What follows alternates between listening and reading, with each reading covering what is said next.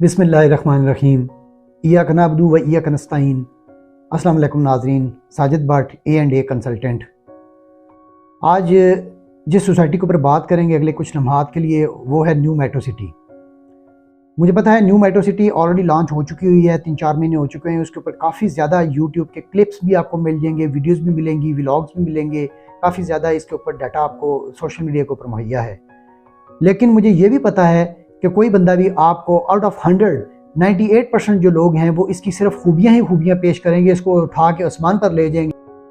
कोई भी आपको इसके बारे में जो चंद एक इसकी खामियां कह लें, जो इसकी कमियां कोताहियां कह लें, या इसके बैकड्रॉज हैं, जो हमेशा कहता होता हूँ कि इसके बैकड्रॉज भी होते हैं, जो आप किसी की जो सक्सेसेस होती हैं तो उसके साथ फ्लॉज भी होते हैं। अगर अच्छाइयाँ होती हैं तो उसके साथ अगर बुराइयाँ नहीं तो कम से कम उसकी कमियाँ कोताहियाँ ज़रूर होती हैं, तो वो कोई नहीं आपको बताएगा। तो मैं जो किसी की कमियाँ कोताहियाँ करना मेरा मकसद नहीं है। मेरा मकसद है कि वो तमाम बैकड्रॉज, वो तमाम कमियाँ कोताहियाँ मैं सिर्फ उजागर करूँ, ताकि कोई भी बंदा जब इन्वेस्टमेंट करता है, जब अपने पैसे लगाता है, अपनी हार्ड अर्न मनी लगाता है, तो वो इसकी ज़ाया ना हो। मेरा मकसद सिर्फ ये है। इसकी बैकग्राउंड हिस्ट्री में ज़्यादा आपको नहीं देता, सिर्फ यही बताऊंगा कि इन्होंने ग्वादर में पहले अपना एक प्रोजेक्ट किया हुआ है। तो वो प्रोजेक्ट जो है वो ऑलरेडी बहुत ज़्यादा कोई प्रॉफिट में नहीं है, क्योंकि ग्वादर में सिवाय एक सिंघार हाउसिंग स्कीम के कोई भी सोसाइटी उधर सक्सेसफुल नहीं है। पैसे ज़रूर उन्होंने अर्निंग की है, तो लेकिन वो जो शुरू में जिन्होंने इन्वेस्टमेंट करके तो थोड़ा बहुत पैसा लिया और उसके बाद निकल गए, सिर्फ उन्होंने ही अर्निंग की है। बाकी सारे के सारे इन्वेस्टर्स उधर फंसे हुए हैं, इंक्लूडिंग माई सेल्फ। मेरे भी उधर काफ़ी सारा इन्वेस्टमेंट है और वो फंस गई हुई है। तो मैं अभी नाम तो नहीं लेता कौन कौन सी सोसाइटी है जिसमें मेरे फंसे हुए हैं, लेकिन ग्वादर कोई सो जो पॉलिटिकल सिचुएशन पाकिस्तान के अंदर चल रही है, जो इंटरनेशनल मीडिया की नज़रें हैं ग्वादर के ऊपर, जो उसके कंपटीटर्स हैं, जैसे आगे दुबई है, ओमान है, ईरान है, इंडिया भी आप समझ ले टू सम एक्सटेंट है, अमेरिका है, इन सब के इंटरेस्ट हैं, चाइना का इंटरेस्ट है, उसको मद्देनजर रखते हुए तो एक चपकलिश सी चली हुई है। इसलिए ग्वादर जो है वो अभी तक इतना सक्सेसफुल नहीं है। उसके बाद इन्होंने खारिया में जो न्यू मेट्रो सिटी लॉन्च की है, वो डेफिनेटली अगले 4-5 साल के बाद वो भी डेवलप होके तो एक सोसाइटी की शक्ल अख्तियार कर चुकी है। That's good. अगला ब्लॉक इन्होंने जो लॉन्च किया था उसके अंदर भी लोगों के कुछ पैसे फंसे हुए हैं। उसके बाद अभी इन्होंने जो गुजर खान में लॉन्च की है, तो लॉन्चिंग तो ठीक है कि इन्होंने ज़मीन जो अभी शो ऑफ की है, ये मैं आपको क्लिप भी दिखाता हूँ, और ये इन्होंने अभी डेवलपमेंट की है वो भी आपने देख ली होगी, शुरू में मैंने आपको दिखाई है। तो इन्होंने जो लॉन्चिंग की है वो तो ठीक है। रेट्स जो हैं दैट्स द प्रॉब्लम। देखिए, मैं हमेशा एक चीज़ कहता होता हूँ कि किसी भी सोसाइटी को आपने जांचना है तो उसकी 4-5 चीज़ें हैं मेन जो आप उससे जांच सकते हैं।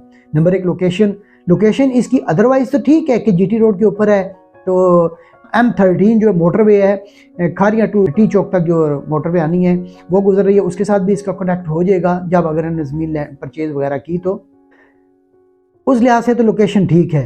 लेकिन अगर आप ये देखें कि लोकेशन सिटीज़ के लिहाज से, तो this is not Rawalpindi city, ना ही ये इस्लामाबाद है। ये गुजर खान से भी आगे 3-4 किलोमीटर बाहर निकल के टुवर्ड्स सुहावा है। ठीक है, GT रोड है। GT रोड तो पूरी 300 किलोमीटर है, तो वो सारी की सारी सोसाइटियाँ बना देंगे तो वो सारे के सारे सिटीज़ तो नहीं बन जाएंगे। तो वो उस लिहाज से अगर देखा जाए तो फिर आप कह सकते हैं कि लोकेशन जो है अदरवाइज तो ठीक है, लेकिन गुजर खान की वजह से location it's not that marvellous, it's not that competitive location. तो अगर लोकेशन के लिहाज से देखा जाए तो इसके जो प्राइसेस हैं वो बहुत ज़्यादा बांधने हैं। इन्होंने अभी प्राइसेस जिस प्राइस पे आपने लॉन्च की है, 5 मरला देख लें, जब आप 25 लाख 5 मरला एक छोटे सिटी के अंदर लॉन्च करते हैं तो आपने ये देखना है कि उस सिटी की कैपेसिटी क्या है ऑब्जॉर्व करने की, कितना इन्वेस्टर उधर आएगा, कितने लोग एंड यूज़र उधर आएंगे, क्योंकि वो जो एंड यूज़र होंगे वो उसी सिटी के होंगे जो उस सिटी से निकल के बाहर जाएंगे। तो वो सिटी तो नहीं, वो तो एक कस्बा है। ठीक है, थोड़ी आबादी ज़्यादा होगी हुई है, अभी वक्त के साथ और ज़्यादा होती जाएगी, लेकिन उधर आप अज्यूम कर रहे हैं कि उधर जो कैपेसिटी है लोगों के आने की तो वो 5 लाख या 10 लाख घर हैं। That's not possible. मेरे ख्याल में अगले 15-20 साल तक तो वो पॉसिबल नहीं है। उसके बाद शायद पॉसिबल हो जाए, जब आबादी इसी लिहाज से अगर बढ़ती रही तो। लिहाजा लोकेशन वर्सेस प्राइस करें तो प्राइस बहुत ज़्यादा है, तो अभी इसके अंदर डेवलपमेंट चार्जेस भी नहीं है। तो अगर 5 मरले की मिसाल ले लें तो 5 मरले का प्लाट अगर 25+5 आप डेवलपमेंट चार्जेस लगाते हैं जो 30 लाख का है, तो 30 लाख तो ये अगले 10 साल जो है उसकी वैल्यू 30 लाख ही रहेगी। तो इन्वेस्टमेंट पॉइंट ऑफ व्यू से this is not a good option, जहाँ तक मेरा ख्याल है। तो जहाँ तक उसके बाद आ जाता है इसकी NOC और इसके डॉक्यूमेंटेशन का तल्लक है, शुरू में इन्होंने बड़ी फास्ट डॉक्यूमेंटेशन की, NOC का भी दावा किया जो कि LOP थी, बाद में वो फिर RDA ने उसके ऊपर कदगन लगाई, वो उसकी कैंसिलेशन भी हुई, इनके कुछ मुकदमात भी कायम हुए, इनके प्रॉब्लम्स चल रहे थे। तो वो उस लिहाज से देखा जाए तो इनकी डॉक्यूमेंटेशन अभी तक मुकम्मल नहीं हुई।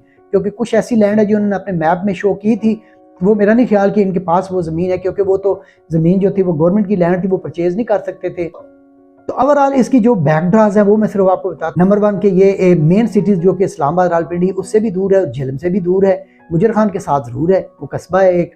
तो सेकंड ये है कि ये जो जीटी रोड गुजर रहा है उससे काफ़ी ज़्यादा ढलवान में, कम से कम 35-40 फुट नीचे इसकी ज़मीन है, और आगे फर्दर ये फिर आगे स्लोपिंग जाती है। तो ये फिलिंग करके रोड तो बना सकते हैं, लेकिन आप घर तो नहीं रोड्स की तरह फिलिंग करके बना सकते, अदरवाइज तो फिर वो बैरिया फेज 8 की तरह बहुत ज़्यादा फील्ड एरिया होगा, तो उधर फिर वो घरों वाला वही हिसाब होगा। नेक्स्ट जो है वो इन्होंने ज़मीन अभी तक जो परचेज़ कोई नहीं की हुई, इतनी जो परचेज़ की हुई है वो अभी इन्होंने आज भी एक फंक्शन किया था जिसके ऊपर मैं गया हुआ था, ये मैंने उसी के ऊपर जाके ये क्लिप बनाया था। तो वो परचेजिंग जो है वो मेरा नहीं ख्याल के 2-4 हज़ार कनाल से ज़्यादा परचेजिंग है ये जो नज़र आ रही है। अगर ज़्यादा होती तो फिर फंक्शन आगे लेके जाते, डीप के अंदर दिखाते कि ये कोई इन्होंने हमें कोई विजिट भी नहीं कराया। तो ये तो अवेलेबिलिटी ऑफ लैंड के लिहाज से ओवर सेलिंग इनकी बहुत ज़्यादा है। कमर्शियल जो र्यूमर्स हैं मार्केट के अंदर के 10,000 कमर्शियल बेच दिया है, तो वो वल्लाह आलम कितना बेचा है, लेकिन अगर 10,000 है तो दिस इज़ टू मच। तो सेकंड है कि इन्होंने जो रेजिडेंशियल प्लाट्स बेचे हैं वो भी सुना है कि थाउजेंड्स में नहीं शायद लाख में चला गया हो। तो वो अगर वो है, ये दो चीज़ें हैं, तो फिर तो ये सोसाइटी जो है अगर ये बाय बैक भी करेंगे तो ये सारा कुछ कैसे लोगों को एडजस्ट करेंगे, लोगों को एडजस्ट तो कर नहीं सकते, तो फिर ये मर्ज और बाय बैक करेंगे, उसमें बड़े लोगों के पैसे फंसेंगे और बड़े लोग लॉस भी करेंगे। और अभी भी इनकी कमर्शियल और कुछ और चीज़ें हैं जो वो माइनस में जा रही हैं। जो खूबियाँ हैं वो तो डेफिनेटली हैं, जैसे ये जीटी रोड के ऊपर है, दैट्स गुड। ये इसके बैक के ऊपर M13 जो मोटरवे खारियां टू रावलपिंडी आ रही है वो भी नज़दीक होगी, दैट्स गुड। जो इनकी डेवलपमेंट है वो उन्होंने पहले भी वो फास्ट डेवलपमेंट करते हैं, जब जितनी ये करेंगे तो दैट्स गुड। लेकिन एक ब्रेकिंग न्यूज़ भी मैं आपको दे दूं कि जो फेज़ 1 इन्होंने अभी लॉन्च किया हुआ है, इसके बिल्कुल पीछे से रेलवे ट्रैक गुजर रहा है। तो ये बहुत बड़ा बैक ड्रा है, ये ब्रेकिंग न्यूज़ है कि ये बहुत बड़ा बैक ड्रा है, बहुत बड़ी खामी है। खामी किस सेंस में कि ये अभी सोसाइटी 2 हिस्सों में शुरू से ही स्प्लिट हो गई है। जो ये उस रेलवे ट्रैक की बैक साइड के ऊपर ये लैंड खरीदेंगे तो उसको पीछे से ये मोटरवे के साथ तो कनेक्ट कर सकते हैं, लेकिन उसको कनेक्ट करेंगे जिस वक्त फेज़ 1 और जीटी रोड के साथ, तो that's very difficult. Reason being कि रेलवे ट्रैक के ऊपर ओवरहेड ब्रिज लेना या अंडरग्राउंड ब्रिज लेना, दैट्स वेरी डिफिकल्ट। अब उसकी मिसाल मैं देता हूँ आपको, लाहौर स्मार्ट सिटी। आज उनको 2-3 साल हो चुके हैं, उनको अभी तक रेलवे वालों की तरफ से ना कोई ब्रिज मिला है, ना कोई एक्सेस मिली है जीटी रोड के ऊपर। तो दैट्स ए बैक ड्रा। जब तक वो मिलता नहीं है तो मिलने के बावजूद भी वो बीच में एक हर्डल है वो कायम रहेगी। तो ये एक बहुत बड़ा बैक ड्रा है। बाकी इन्होंने आज भी प्रॉमिस किया, इनके कंट्री हेड ने भी और इनके बाकी जो एग्जीक्यूटिव डायरेक्टर्स हैं उन्होंने प्रॉमिस किया कि हम 200 विलास बना के देंगे। फिर एक और डेवलपर ने भी बोला कि हम भी विलास बनाएंगे, हम कमर्शियल्स बनाएंगे। वो सब कुछ तो ठीक है, लेकिन जिस वक्त डेवलपमेंट होगी, जब ज़मीन पूरी पिक्योर होगी, जिस वक्त आपको एमएससी मिल जाएगी, तो ये सारा कुछ उसके बाद होगा। इन्होंने तो कह दिया कि जी हम 1.5 साल के अंदर ये सारा कुछ करेंगे।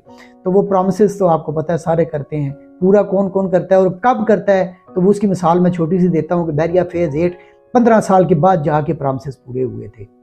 इनका जो एक डायरेक्टर हैं वो साहब जनाब कराची से हो के आए, उधर उन्होंने बहरिया का वो प्रोजेक्ट है उसके ऊपर काम किया है, लेकिन कितने साल वो माइनस में रहा है वो सबको पता है। बाकी मैं आपको एक अपना गैर जानबदाराना ओपिनियन ज़रूर दूंगा कि जिसने भी न्यू मेट्रो सिटी में इन्वेस्ट करना है तो वो कमर्शियल में तो कर ले, लेकिन वो भी उस सूरत में कि कमर्शियल के रेट्स कम हों और बाद में कमर्शियल हाइक जाए, तो वो भी एक लॉन्ग टर्म इन्वेस्टमेंट है, तो वो कमर्शियल में तो कर ले। लेकिन अगर लोकल लोगों के अलावा या इर्द गिर्द के लोगों के अलावा किसी ने इन्वेस्टमेंट की तो वो मेरा नहीं ख्याल कि वो इन्वेस्टमेंट बनती है। वो इन्वेस्टमेंट पॉइंट ऑफ व्यू से, क्यों कि इनके रेट्स पहले ही बहुत ज़्यादा हाई हैं, ऊपर से इन्होंने डेवलपमेंट चार्जेस लगाने हैं तो रेट बहुत ज़्यादा पीक पे चले जाने हैं। जबकि उस सिटी की जो कैपेसिटी है वो कैपेसिटी ज़्यादा से ज़्यादा यही है कि 30 लाख 5 मरले का 30 लाख 35 लाख तक चला जाएगा, और अभी ऑलरेडी 25 लाख का प्लाट तो है। जब डेवलपमेंट चार्जेस लगाएंगे तो 30+ चला जाएगा, तो पीछे क्या इंसेंटिव रह जाएगा इन्वेस्टर्स के लिए।